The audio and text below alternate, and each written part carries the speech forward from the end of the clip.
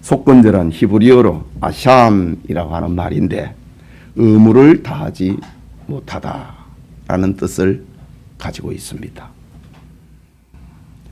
사람의 죄는 크게 두 가지가 있는데 십계명에서 나타나듯이 1에서 4계명은 하나님과의 관계에서 대한 계명이고 이것을 범했을 경우에 죄가 되는 것이고 5계명에서 10계명은 인간관계에서 의무를 주어진 것인데 이것을 범했을 때에 죄가 되는 것입니다. 속죄제는 하나님께 대한 죄의 무게를 두고 있고 속건제는 사람에게 대하여 지은 죄의 무게를 두고 있습니다. 그러나 속건제는 속죄제보다 조금 범위가 넓습니다. 인간관계든 하나님 관계든 배상이 필요한 죄를 포괄적으로 다루고 있다. 속죄제는 하나님과의 관계에 집중이 되어 있다면은 속건제는 하나님과 관계뿐만 아니라 인간관계에서 배상이 필요한 죄를 다루고 있다. 포괄적으로 다루고 있다. 그것이 차이점입니다. 오늘 아침에는 속건제에 대해 살펴보고 기도하는 시간 가지고자 합니다. 먼저 속건제의 특징입니다. 자기의 잘못을 하나님께 구체적으로 시인을 해야 됩니다. 5장과 6장이 속건제의 제사인데 4절과 5절을 보면 이렇게 기록합니다. 만일 누구든지 입술로 맹세하여 악한 일이든지 선한 일이든지 하리라고 함부로 말하면 그 사람이 함부로 말하여 맹세한 것이 무엇이든지 그가 깨닫지 못하다가 그것을 깨닫게 되었을 때에는 그 중 하나에 그에게 허물이 있을 것이니 이 중 하나에 허물이 있을 때에는 아무 일에 잘못하였노라 자복하고 우선적으로 자기가 잘못했다. 시인을 해야 된다 이거죠.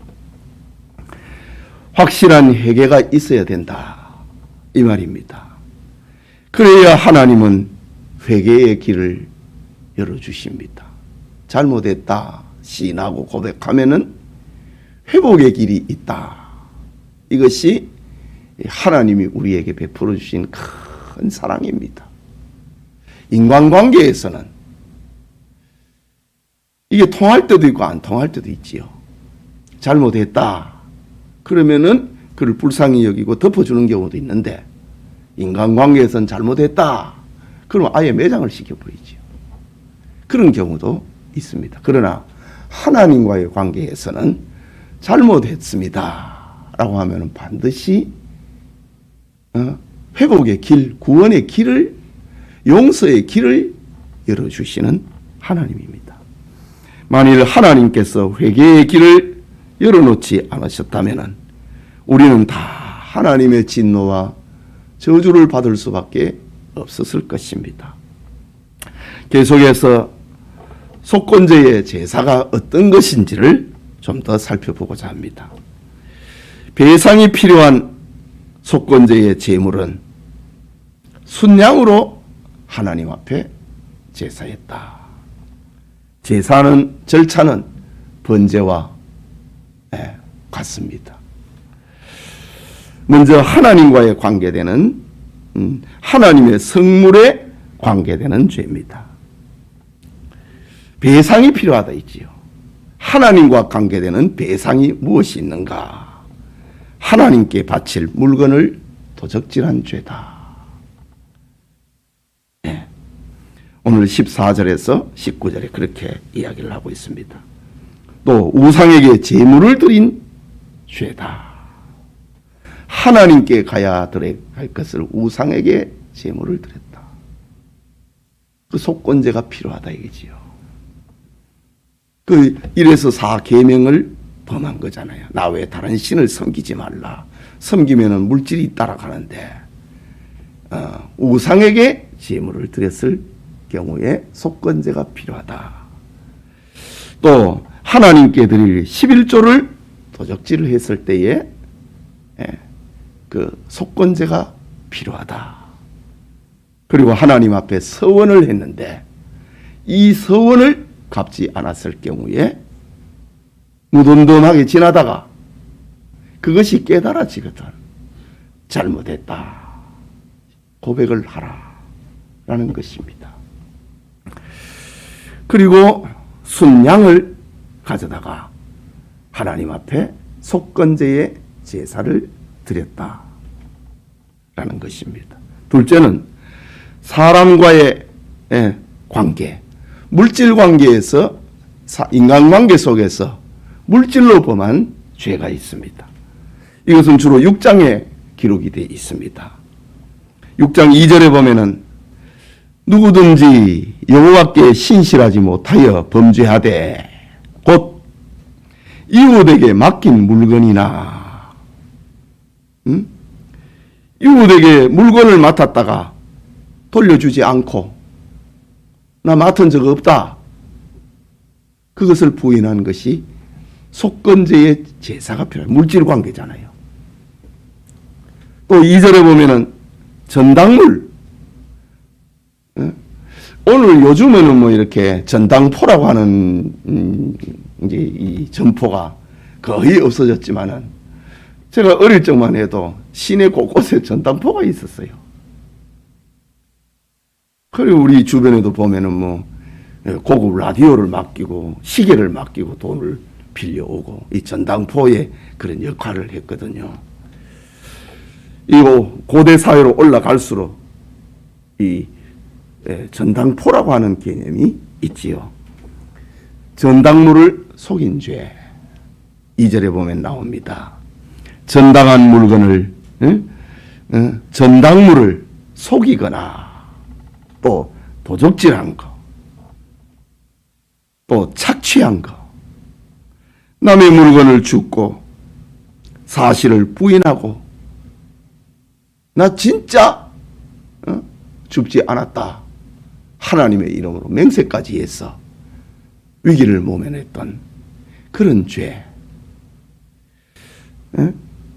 또 4절에는 남의 물건을 맡아놓고 안 돌려준 거.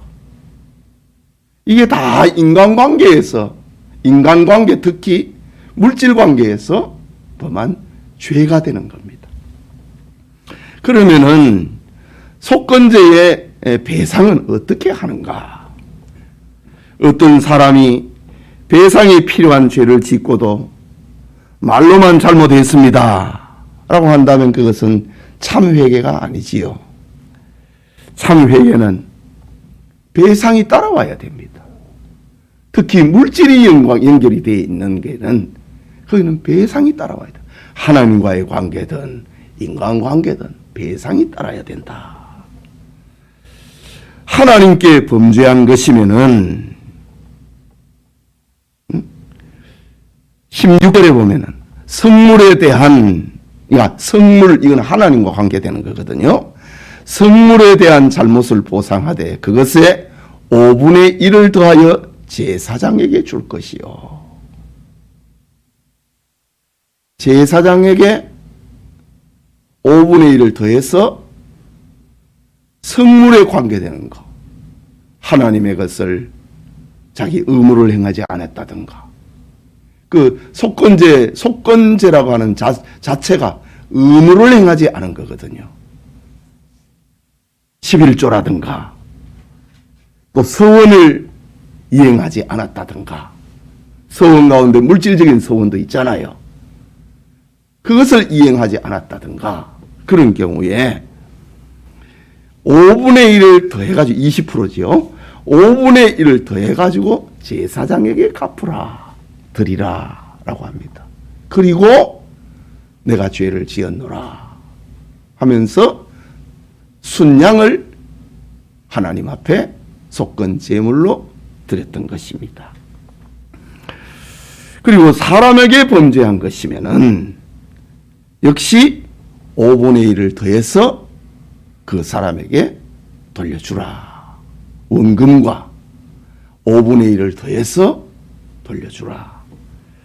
회개라고 하는 것은 말로만 끝내지 않고 물질적인 보상이 따라야 된다고 하는 속건제의 의미인 것입니다.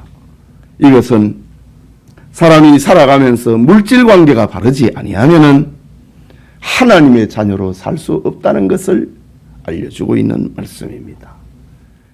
예수님께서 마태복음 5장 23절과 4절에 말씀하시기를 그러므로 예물을 제단에 드리려 다가 거기서 내 형제에게 원망 들을 만한 일이 있는 것이 생각나거든. 원망 들을 만한 일, 그것이 생각이 나거든. 그것이 이제 원망 들을 만한 것이 어떤 감정적인 거라든가 이런 것이면은 화목제로 가는 거지요. 그러나 그것이 물질과 관계되는 것은 속건제로 분류가 되는 것입니다. 예물을 제단 앞에 두고 먼저 가서 형제와 화목하고 그 후에 와서 예물을 드리라. 참 예물을 드린다. 이것은 하나님을 만나는 길입니다.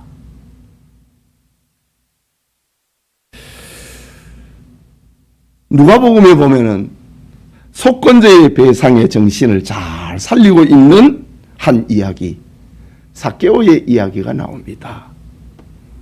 누가복음 19장 8절에 삭개오가 이렇게 말합니다. 삭개오가 서서 주께 여짜오되 주여 보시옵소서 내 소유의 절반을 가난한 자들에게 주겠사오며 만일 누구의 것을 속여 빼앗은 일이 있으면 내 갑절이나 갚겠나이다.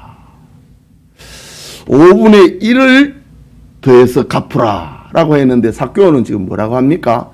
내 갑절 20%를 배상을 하면은 그게 속건제의 용서를 받는 것인데 삭개오는 내 갑절 400%입니다. 그렇다고 하면은 이 누가복음 19장에 등장을 하고 있는 삭개오의 회개, 정말 파격적인 회개입니다. 그거는 뭐 돈을 어떻게 모았는데 그걸 절반을 가난한 사람에게 나눠주고 400%를 5분의 1을 더하면 되는데 400%를 내가 갖겠다. 이거는 주님을 그 은혜가 크지 아니하면은 못하는 겁니다. 예수님께서 말씀을 하셨지요. 죄가 적게 용서받은 사람은 적게 나를 사랑한다. 많은 죄를 용서받은 사람은 나를 많이 사랑한다. 그렇다고 하면 삭개오는 주님의 은혜가 너무 컸다는 말입니다. 마치 예수님이 예루살렘에 올라가실 때 가버나움에서 마르다라고 하는 그 여자가, 마리아가 옥합을 깨뜨려서 주님의 머리에 부어버립니다. 가룟 유다가 보고 비웃습니다.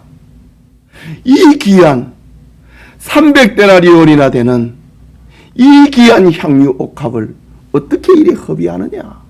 가룟 유다는 그래 합니다. 그때 예수님께서는 말씀하십니다. 예, 가만두어라. 저는 나에게 나의 장사를 준비한 것이었더니라. 나를 많이 사랑하는 자는 많은 죄를 용서받은 자는 나를 많이 사랑하느니라. 마침 예수님이 들어가신 집이 시몬이라고 하는 부잣집에 들어갔습니다. 예수님 말씀하시지요.